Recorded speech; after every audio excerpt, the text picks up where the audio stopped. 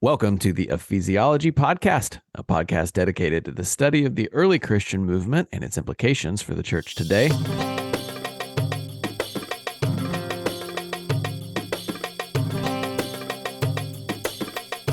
I am Andrew Johnson, a pastor at Neartown Church in Houston, Texas.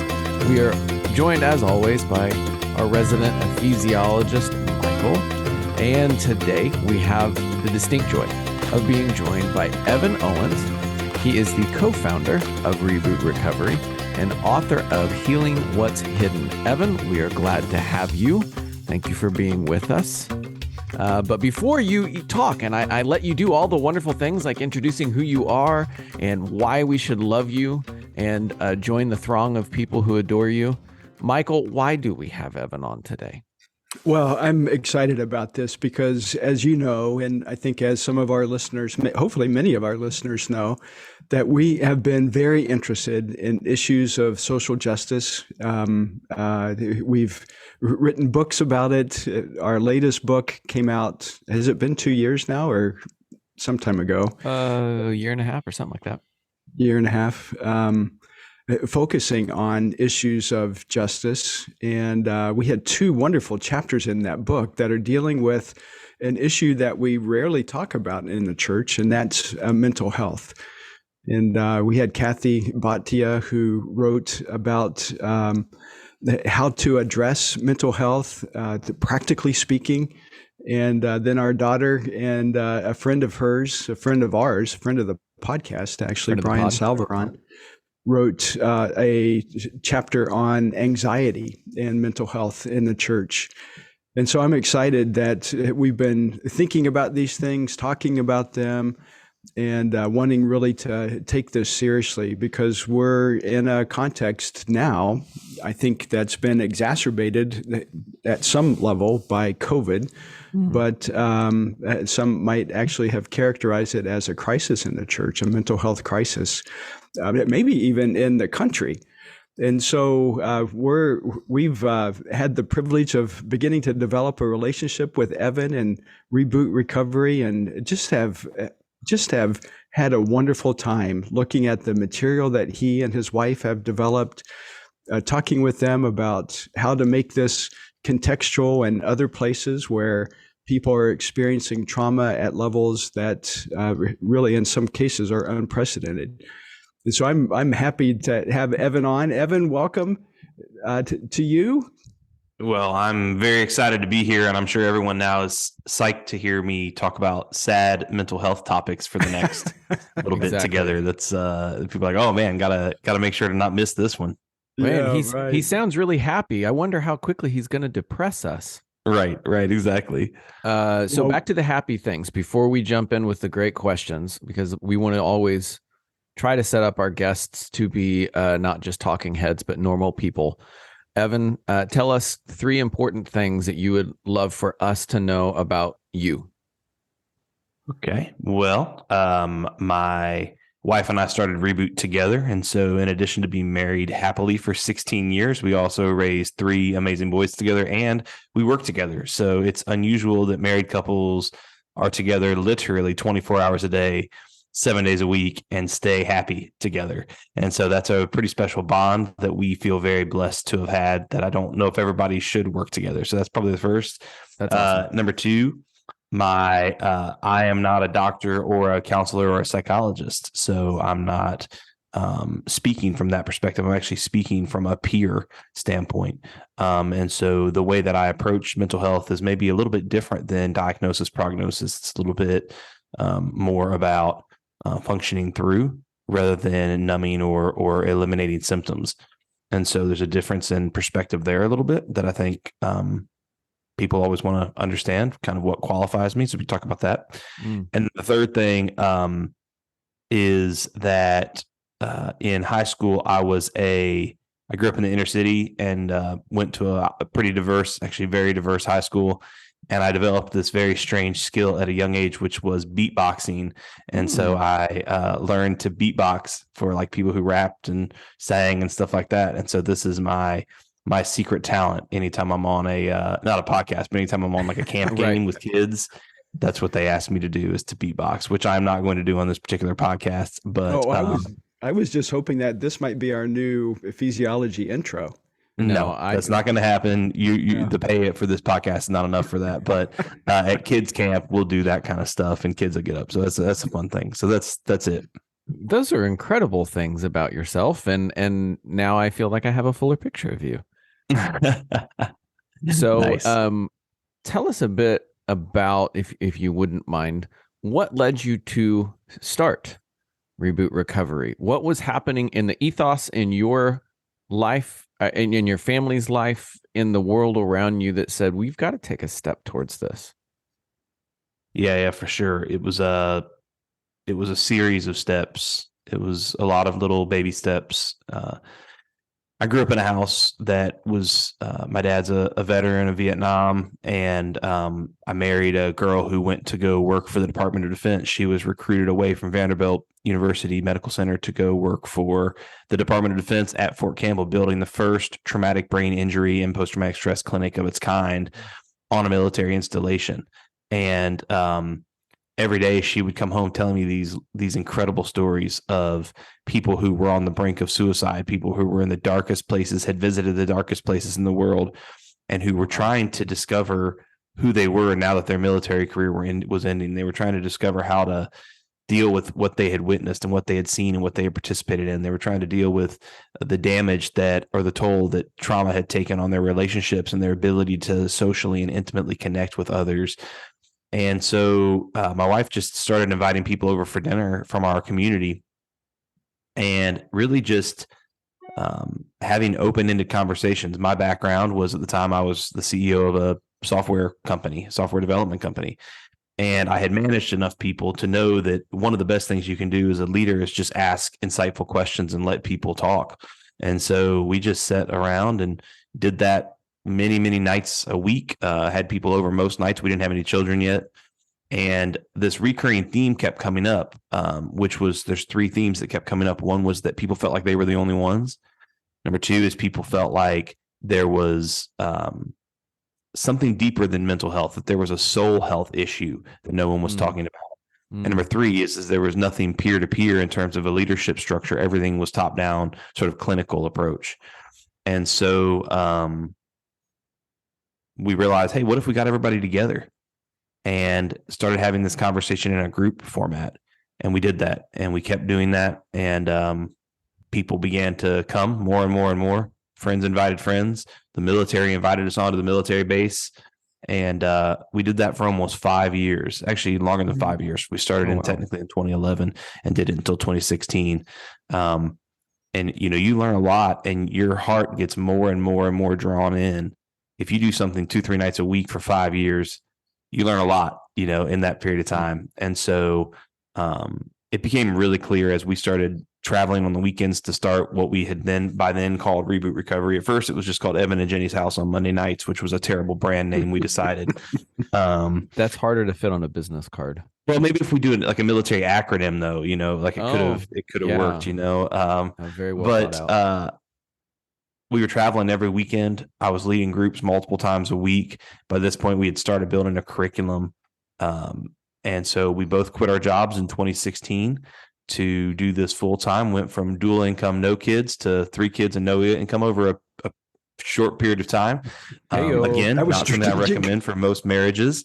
And we just really felt God was saying that there was a lot more Evan and Jenny's out there. There was a lot of people who wanted to do more than play in a golf tournament or run in a 5K or post something on social media. They actually wanted to be a part of the solution for their friends. And so we started off in military. Then in 2018, after the Pulse nightclub shooting in Orlando, we expanded into the first responder world with a new curriculum. And then in 2020, during COVID, released our third program, which is called Trauma Reboot, which is trauma healing for everyone. And that brings us to today. Wow. I almost feel like I have whiplash. That was incredible. Yeah, it's been incredible. And it's definitely been a whiplashing kind of experience. It's been stretching in every sense of the word. Stretching in every sense, and not painful, just stretching and growing. And growth is always, you tear some muscles when you're working out and growing and developing depth, I think, with the Lord, and depth with your faith, and depth in your relationship and, depth of knowledge, all those things, pain and suffering is the method of growth. It's the method of discovering more growth and hope. And so, so that's kind of where we're at. Yeah, neat. So you started focusing on the military, then first responders, then to the trauma healing for everyone. What are some of the things that you're seeing? What have you learned through that whole process about the impact of trauma, or even the pervasiveness of trauma? Oh my goodness, that's a broad. Yeah, I would say first is that regardless of the method that your trauma intersected your life, whether it was through the hands of another person, whether it was as an adult, as a child, as, fill in the blank, I've learned that the human response to trauma is quite similar, regardless of culture or age or background or method of trauma exposure. And that says something, I think, really profound about how God designed us and also about our fallen nature. We look at our default response to trauma as human beings is usually what we call to deny, cry, numb, and run. These are sort of the 4 default steps that we as people, when we encounter something that conflicts with the way that God imprinted on our hearts that said, this is the way the world should be. When we experience something that says, wait a minute, something inside of me is saying this is wrong. This is not the way it was intended to be. This level of pain is not what God had for me. This catalyzes a spiritual question. It catalyzes something we don't really want to address. And so our default response, carnally speaking, is to deny, cry, numb, and run. And I believe the only way to really overcome trauma is really with a supernatural, resilient response, which is to lean into it and say, how is this changing me? What does this tell me about myself? What's this tell me about God? What's this tell me about other people? And then using those 3 questions to let it inform our worldview, hopefully towards growth as opposed towards, more chaos, more pain. So I'd say that has been probably my greatest greatest learning has just been that we're not all that different from one another. Whether you're gay, straight, Muslim, atheist, Christian, white, black, brown, whatever it is, we're really not all that different when it comes down to how when crisis, trauma, things like that, pain enter our life. It's a great equalizer. We suddenly are a lot more alike than we think. Well, I love the approach that you're taking to lean into trauma and to build resiliency in that. As you look at your work around the world, are you seeing describe some of the trauma that you're seeing in the prevalence of it? Is it that we're just becoming more aware of it, or is there literally more trauma today than what we've realized? Both. I think both. Oh, okay. I think both. For example, let's talk about young people, for example, first. There is an element that is very true that says that this generation is sort of the mental health diagnosis happy generation, that there is, 1 in 3 kids entering college have already taken a daily mood altering medication to be able to deal with the stress in their life, for example, or the emotions in their life. That's dynamically different than 50 years ago. I mean, not even in the same world. Yeah, that's not. If you ask the average 18-year-old to tell me about something traumatic they've experienced, they will rattle off 5 to 10 experiences instantly. If I go to my dad and mom who are in their 70s and say, tell me about something traumatic, they might talk about some of their miscarriages. They might talk about his deployment, and that'll be about it.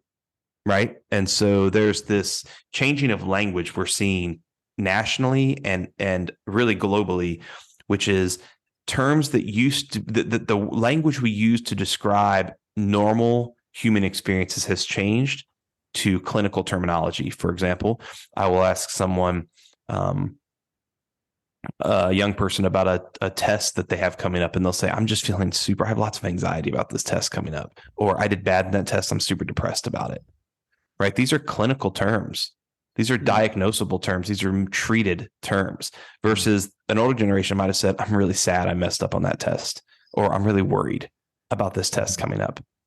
And that subtle shift, because you see, worry, sadness, these are human emotions that God tells us we will all have. Things like anxiety and depression are traditionally clinical terms used that are indicate these things are problems that are meant to be avoided. And so when you shift from the words we use have tremendous impact over how we view the experiences that we're having as human beings, as whether this is an experience that's common to all men, or this is an experience that's uniquely paralyzing or attacking me, and therefore I should flee from it and numb from it and not have to experience it. I should not have to deal with this.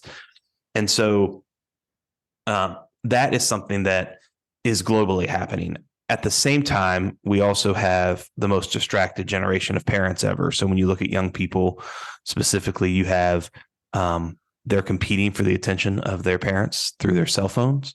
It's the most neglected and abandoned generation for sure that has ever existed in terms of parentless households. And then when you look at adults, the rates of reported abuse are higher than ever. The rates of sexual crime against people are higher than ever. The rates of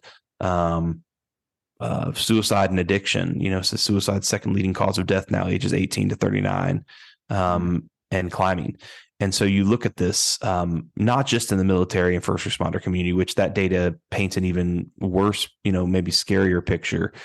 But I think, when we look at this, there is a thread of goodness that's running throughout it, which is, I believe, that it is opening the door for people of faith to re-enter a conversation that they were either pushed out of or willfully stepped out of, 2 decades ago, which is this conversation about mental health and God's role when it comes to our health. And we're no longer feeling this pressure to outsource all of the brokenness to professional clinicians. But I believe that we're stepping back into it and saying, God has something to say about suffering. God has something to say about trauma. He has something to say about mental health. Let's have a conversation. And that's really special. That's really a special time. And I believe perhaps the greatest evangelical opportunity the kingdom on this earth has seen in generations. Well, I love that because, that's one of the issues, of course, that we see in culture, and that we need to be thinking about how to effectively engage that issue, the trauma, the mental health.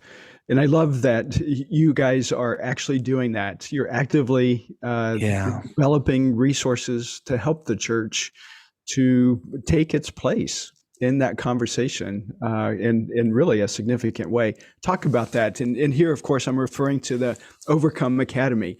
That really is a academy to help equip people in the church to effectively engage in those kinds of conversations. Yeah. If you think about it like this, generally speaking, the person closest to the problem is the best equipped to solve the problem. This is management structure 101, right? And this is the mistakes that businesses make around the country. I see this. A lot of my friends are CEOs of companies, and they have these big boardroom discussions about how to solve some problem. And you know what they oftentimes forget to do is invite anybody who's actually working closest to the problem into the conversation, right? And so they come up with the solution, and when they deliver it down the food chain, the person's like, that doesn't solve the problem at all, and it won't work for all these 50 reasons, right? And there's this disconnect. Well, we really start with this premise that the people closest to the problem are often best equipped to respond, because mental health crisis, suicidal ideation, things like this, they don't happen in the ER at the hospital. They happen on the front porch or at the baseball field or in the grocery store, right? They happen in this context of their friends and family who are around them in that moment. Natural flow of life sort of stuff. That's correct. And so in that case, they're more likely to notice a problem and be able to address a problem far quicker than traditional clinical approaches, which won't even be aware there's a problem for potentially ever or days after the problem has emerged. And so, and with prevention, suicide prevention specifically, speed is of utmost importance, right? Response time is very important. And so we think about this concept of who are really our first responders when it comes to mental health, when it comes to trauma, when it comes to suicide. The first responders are these people. They're your small group leaders. They're your pastors. They're your friends. They're your family. And if you go back really before about 1970, 1980, most of our counseling was done by those people. It was done on the front porch, right? It was done over a beer at a restaurant. It was done after church on Sundays at supper. It was done. And we've drifted further and further away from what I refer to as common sense counseling and friendship, which is really, sometimes people don't need a counselor. What they really just need is a loving friend who's going to listen and who has the indwelling of the counselor, right? Who has the indwelling of the Holy Spirit, who's able to use that gift to be able to listen well and love well in that moment. And so that's what we really do, is we teach small group leaders. So we've got 3 trauma healing curriculums that people go through, but we also have a training curriculum that you just referred to that's called Overcome Academy, where we train small group leaders, prayer team leaders, lay leaders, pastoral leaders on how to help their churches respond to trauma and mental health in a way that is natural and sustainable and scalable and healthy for everyone involved. And it's one of my favorite things to do, because each person that I train in that is going to use it. It's just a matter of days, weeks, or months before they have the opportunity when they're like, oh, what was that thing that I learned? Yeah, okay, I know what questions to ask now that won't cause harm. I know how to escalate this person to get more professional help if they need to. I know, and I think knowledge breeds confidence in those moments, So that's what we're doing with that. And it's been way cool. You said something and you stole the question out of my mouth. So if I'm like stepping on Overcome Academy's toes, you just let me know. But what's that line? There's that squishy line between I, as your friend, for me, I as a pastor, am able to counsel, to help, to encourage, to guide towards health, to listen. But there is that line which says, and we have now reached the part where I say, you need something more than I can give. You need to get maybe some professional help. There is something and someone absolutely that you must have to get to health that I can't help you with. How have you all dealt with helping articulate that line for folks? Yeah, I think when you were a little kid and you had to go get a shot, did your parents say, okay, I'm going to be here in the waiting room. You go and deal with this super painful experience. You go get this shot by yourself with the doctors. And if you need me, I'm going to be out in the car. Take a look. Or did your parents say, you know what? I don't know how to give you the shot. I'm not a doctor, but I'm going to go back to the waiting room with you. I'm going to go into the medical room with you.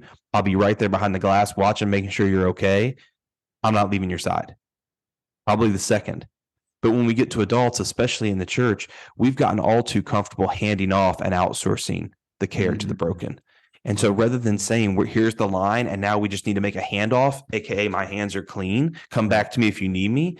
What would it look like if we joined them? What if we were incarnational? What if we were able to say, hey, yeah, you're going to go get clinical care. I'm going to drive you there. I'm going to be there to pick you up after your first appointment. I want to check in with you. Let's keep meeting every week to talk about it. Let's combine the spiritual with the mental health, which I'm not sure are, at war. I don't think they are. I think that they're collaborative. What if we were joiners as opposed to delegators? And I think that's it's very hard. And I get that it's very hard from a time commitment standpoint. I more than maybe most could understand the hardship of having to walk a lot of people through it. I really do understand it. But on the flip side, like I said, I think that there's something that happens when a person comes to the lighthouse for help and the lighthouse says, sorry, I'm not really able to help you. Go to a different place. And I see that's the way the majority of churches, I think, operating from a place of fear in many cases is, they were told in the 80s, hey, if somebody comes to you and they're suicidal, don't say anything. You're going to say the wrong things and they're going to end up hurting themselves. And so pass it to us. We'll take it from here. Well, let's look at how that's gone. I mean, over the past 25 years, suicide has increased every single year nationally, except for 2. So at some point as business people, we have to look at the problem and say, at what point do we say, hey, this plan hasn't worked? Let's try to re-enter the conversation. Let's try to come alongside the mental health professionals. So I'd say that, and that's where, so it's not as much of a line as it is a continuation of collaboration with mental health providers. Does that make sense how I'm answering the question? It doesn't. I don't think it's like here's our domain and here's their domain. Yeah, no, it's helpful, and hilariously, I'm listening and I feel, just immediately condemned. So I appreciate that, Evan. That's my heart, really, is condemnation. It's not so much conviction. It's more just guilt and shame and regret. That's really what I'm hoping to make people feel on the call You today. actually are walking around with a finger pointing, and it's just constantly saying you suck. And then I do have a large foam finger right beside me that just says it's all your fault. Would you like me to grab? Wait until somebody just comes in view, and it's like, oh, that's your turn now. That's right. It's all your fault. I find that's really good with trauma survivors. It's all your fault. I find that's really the best. We were waiting for somebody to really articulate that. Evan, you have arrived. Thank you. Yeah, that's what we need. A little more judgment, a little less grace. That's definitely what we need for if we've gone through trauma. That's what we need. Michael, if you haven't picked up on this, even though this is my first time meeting with Evan, I can already see we're kin. We are close of comic nature, and so apologies to our listeners. Comic or sarcastic, one of the two. Well, I'm just hopeful that none of my comments that I just made were taken out of context as a soundbite, because that would ruin my entire career. So let me just say one other quick thing on a serious note, which is one of the things that I'm finding most fascinating is in the faith world. There's this. Okay, I'll make it short. The clinical world is figuring out that peer-based support is the future of mental health care. That's the clinical community. I go to a lot of conferences. I speak at these conferences, and here's what they're finding. They're finding, one, there's not enough clinicians to meet the current demand. And number two, they've realized that clinicians can't do the totality of the long-term care, especially the aftercare, which is after those 8 sessions, then what? So they've realized this, versus for the past 20 years, they've laughed off peers, they've laughed off pastors, they've laughed off small group leaders, they've laughed off people and basically been like, you're not equipped, let us take it. And now they've evolved. Just as they're evolving back to this, the church is finally saying, you know what we need to do? We need to embrace mental health and start working with more clinicians. So it's like this lag effect where I'm like, no, actually life. Do what you do. Embolden your small group leaders. Like, you are the best possible answer to the future of mental health care, which is peer-based support and community. Like, do what you do, but just do it a little bit more informed, which is not a big leap versus having to build an entire counseling center and hire staff and all these things. You don't have to do that. Like, if you don't have the money, that's okay. Just work with somebody who does, and then you do what you do.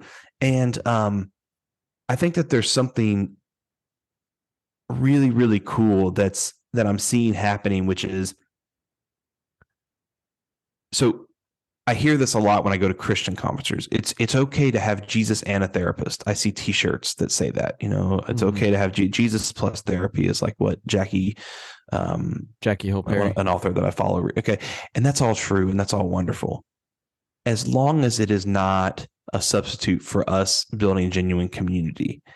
And I think about, is it a tragedy that the majority of adults feel like they need to go to a counselor to finally find someone who will truly listen to them? How did we get here to where we're not interruptible? We're so busy that when somebody starts laying heavy things at our feet, most of us are like, well, that's a bummer, man. Like, you should go see a professional, talk about that. I don't have the energy to absorb your crap. How did we get here? And I think that's the shame, is most of us have started hiring people who will become our surrogate best friends who will listen to us. And I hear that burning out my friends who are clinicians. People who my clinicians privately tell me, some people don't want to get better because all they really want is the attention that they get from being sick. They just need to remain sick or else they have no friends. And we have to do a better job as the church. I think, who better than us? If not us, then who? To show sacrificial incarnational love. Like, we have the secret. Now, I'm not saying that that's going to work for mental health without professionals. I'm not saying that. I'm not anti-professionals or medication or any of that thing. But they can't be your best friend. They have 800 clients. They don't have that capacity. No. And there's not enough of them. And they're all burned out and they're all working overtime as it is. And that's where I think I'm feeling something really cool happening. They are welcoming us in like never before. Man, I mean, they are so excited about what we're doing. And they're coming alongside of us, and they are just hungry for our approach, and we're hungry to unburden them. I mean, it's just this beautiful new era that we've entered into in the past 3 or 4 years. Evan, and that's you're talking about something that I feel is a little on the ironic and hilarious side. At once, we have become a culture where we go for that quick fix. Take the medicine that's going to help you get over this hump. Do the thing that is the fastest route to get to the end that you want. And so, in a funny way, Jesus plus therapy is good.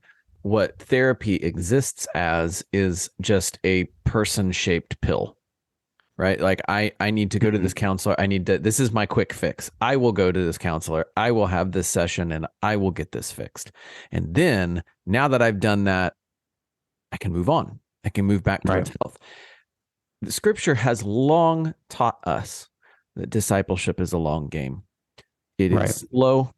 It is Jesus working on our hearts, that ever becoming more and more like the image that God has both given us, and growing in Christ likeness is not a 10-step course.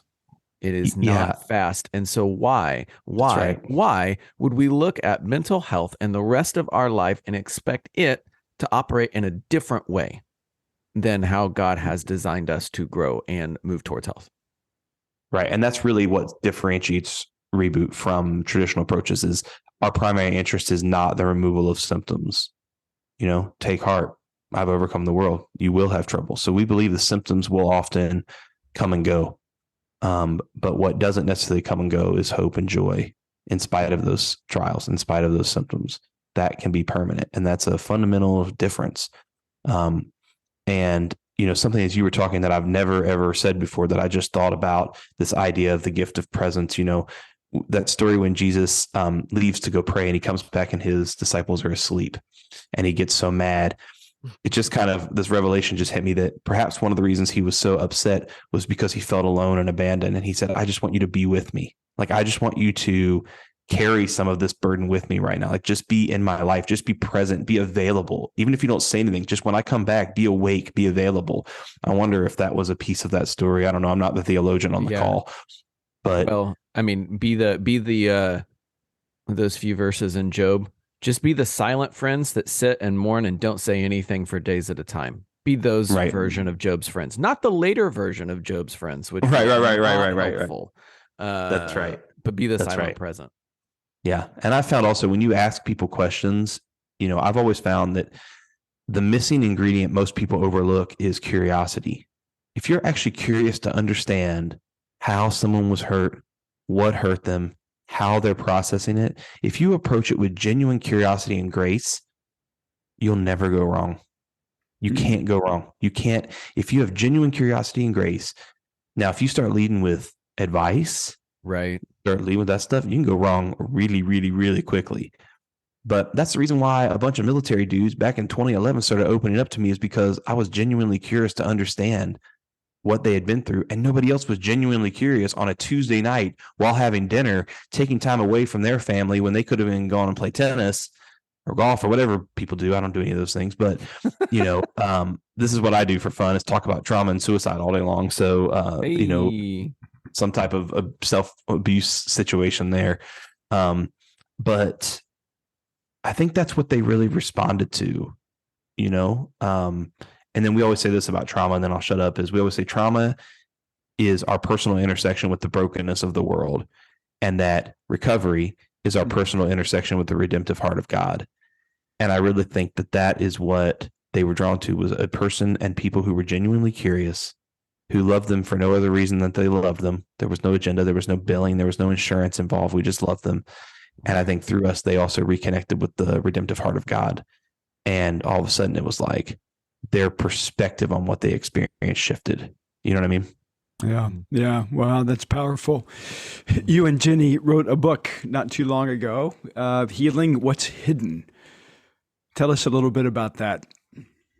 It's a book. It's called Healing What's Hidden, and we wrote it. There are words. There are words. There are many pages. Unless you have an ebook format. Yes. So the short version is I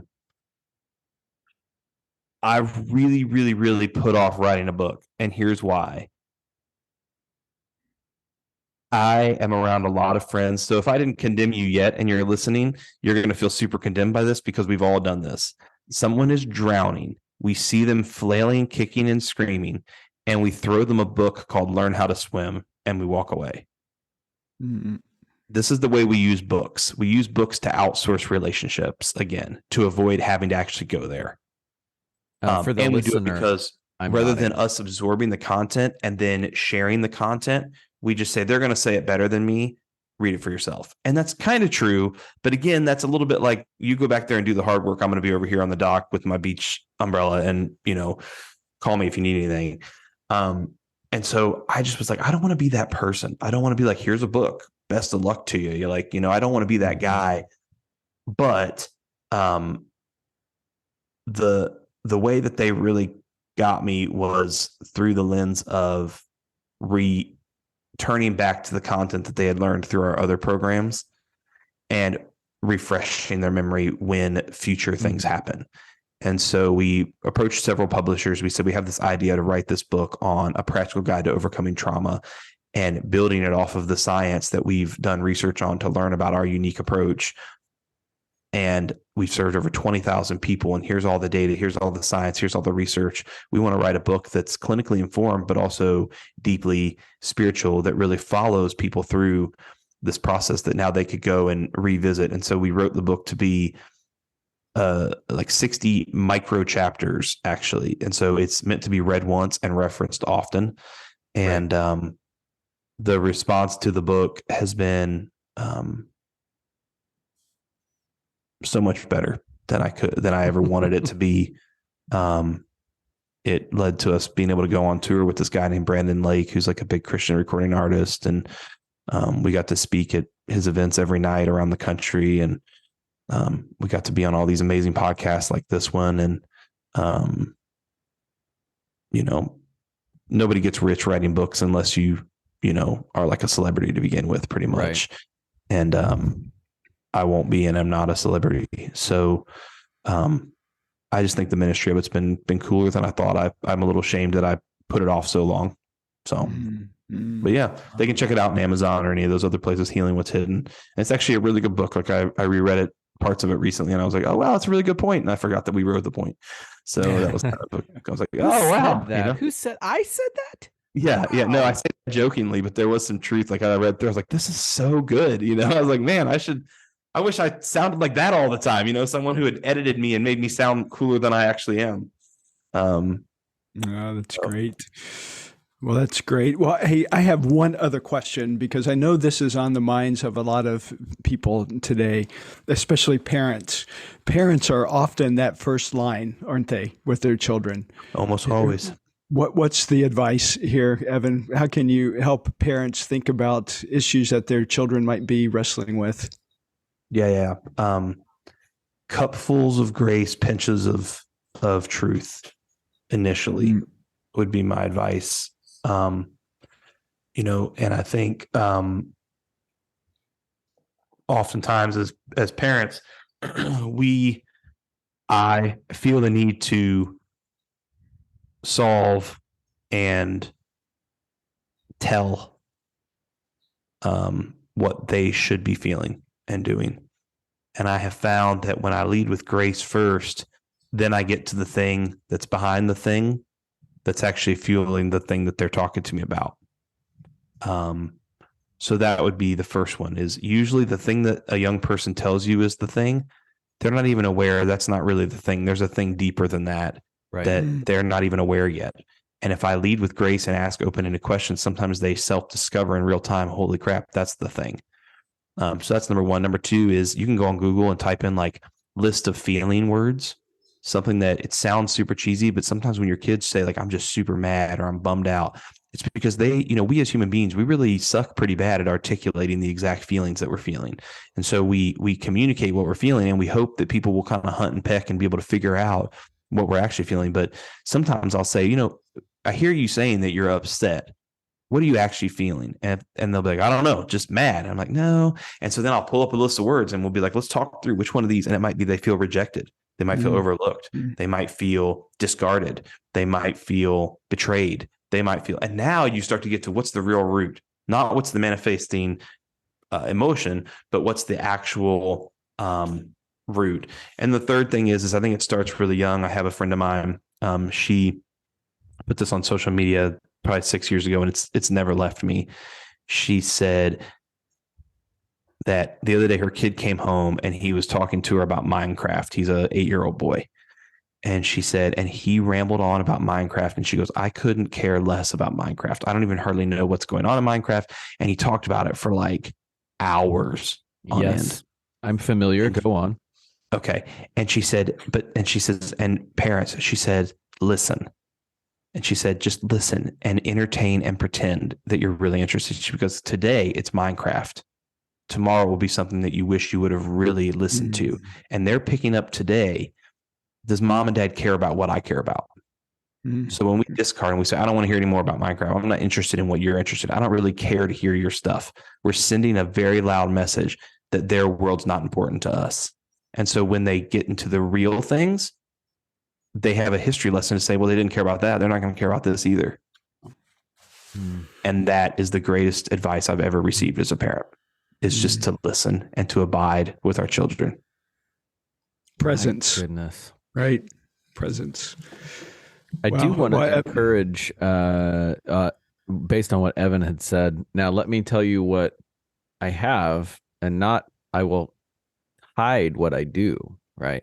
So what we have is one of those really helpful little emotion pillows that have all of the words. And so like the center of the circle is like the bigger emotions. And then the next layer is a further description of that emotion. And then you go out another layer. Oh, cool. And so that little emotion pillow has helped us and our family with the minions that we have, all three of them. Just saying, hey, I can see this is what you're feeling. So how are you feeling? Okay, but it's not that. Maybe is there something even a little bit deeper? So we actually have used that. And I really want to encourage it. I actually was about to like grab it and show the camera, but it's my Spider-Man pillow behind me. And it's not that pillow, that's in another room. But I say, this is what we have. And I'm hearing you talk, Evan, and just realizing there have been so many more opportunities that I should have been resourcing that and with my kids and listening. And, you know, again, we have already established that I feel condemned. And so you just keep giving more advice that's helping me realize that I am the type that leads with the book. I am the type that leads with advice. And there is so much more that I need to do by way of leading with grace and leading with listening. And that's how we're trained, though. I mean, that's what... Yeah. That's the way people did us, and that's the way we do people. It just trickles down, you know. So it's taken me 15 years to realize some of my tendencies and us as humans' tendencies, you know, and also hearing again when you sit across from people for 15 years, 12 years, and listen to them, they'll say things like, "And they just gave me another book, and the last thing I could handle was another book," you know. And so it's like file that away. So I always say like, I'm not really coming up with stuff. I'm just regurgitating in maybe a clearer sense what people tell me they've experienced. Right. You know, I'm more like an organizer of their, like a aggregator and a cultivator of their input, not so much I don't have to have many of my original ideas. I just have to package what they have told me over the years. Right. And it makes you look brilliant. So well done. And that's actually my primary goal. Yes. Is to look brilliant. I really care about that. That's, you know, when you have a face like this, you better be smart. Evan, I have a very similar feeling that I look for the best coattails to ride, and then I jump on them. So it looks like I'm smart, but I'm pointing to other smart people. Michael, thank you very much for Ephesiology. So, well, now I know why I feel so tired. I've been dragging your self around. You don't even know the half of it. You don't even know the half of it. So, Evan, in similar fashion, I think Michael and we as Ephesiology have seen some really wise coattails to jump on or partner with. So I want to kind of kick it to Michael and Evan. How have we as Ephesiology masterclasses come alongside Reboot Recovery? Well, I think it's the other way around. Reboot Recovery has come alongside of us and provided one of their resources, the Overcome Academy. And we're just so grateful for that. And so it's on our Ephesiology Masterclasses website. It's free. And we want to encourage people to get involved in learning more about trauma and how they can actually practice being in the presence of people who are experiencing some difficult things and walk with them through it. So I've been excited about that. Looking forward to about how we're going to continue and develop our relationship as we think about traumatic events around the world. I mean, we're living in a world that is increasingly hostile to Christianity. And so we're excited about being able to think with brothers and sisters in different places about how we might be able to come alongside of them and provide some resources and work together to develop those resources. So this has been a fun relationship to be a part of. I've enjoyed getting to know Evan just briefly, ever so briefly, but Jess as well. And of course, Lori has been involved in this, my wife, and we're excited to see where God's going to take this. This is so great. Evan, thank you very much for coming alongside us, allowing us to be another platform to kind of keep pointing towards health. And I almost asked it earlier, but it just seems wonderful to me. This is not we have to choose between the good news about Jesus or mental health. These are not opposing forces. This is moving in the same direction of healing and wholeness, and in the name of Christ, coming alongside others to see them. That's exactly restored. So, Evan, thank you for your time. Thank you for your words of wisdom. If somebody wants to get at you, contact you, pursue seeing what Reboot Recovery has, where can they find you? Yeah, just go website, rebootrecovery.com, or any socials, pretty much as Reboot Recovery. And if they want to follow Jenny and I specifically, I think it's Evan and Jenny Owens, like full typed out Evan and Jenny Owens. We're not super active on socials, so you can, I think we have like 6 followers. It's mainly our parents, but you can. Our goal is to get it to 12. Yeah, we're going to get there, guys. But yeah, seriously, go to Reboot Recovery. And if you're interested in bringing Reboot to your church or your community, we are looking for leaders constantly. And you're not alone. There's about 1,200 others of you around the world meeting every week. And we give you all the coaching and systems. And head over to Reboot Recovery, click lead a course, and we can talk to you about it. That's fantastic. Well, Evan, thank you so much for joining us. Michael, thank you for helping bring about this possibility that we can broadcast it to others. If you would like more information, please go to masterclasses.ephesiology.com. Look into the Overcome Academy and see how God might actually work to continue you and your growth towards Him and health, and how you can help others with that. So for Evan, for Michael and myself, thank you for joining us on the Ephesiology Podcast.